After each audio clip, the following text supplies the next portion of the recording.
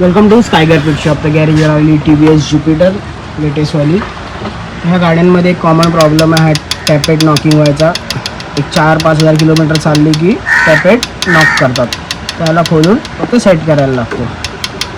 तर ही व्हिडिओ जास्तीत जास्त शेअर करा तुमच्या ज्युपिटरवाल्या फ्रेंडला. याच्याकडे BS6 ज्युपिटर आणि त्याच्या गाडीत पण किटकिटचा आवाज येतो. हे प्रॉब्लेम आपण सॉल्व्ह करून देतो. ज्याला पण करायचं असेल तुम्ही कॉन्टॅक्ट करू शकता स्कायगर पिट शॉप. थँक्यू. गाडीला इंजिन झालं प्रॉपर सायलेंट.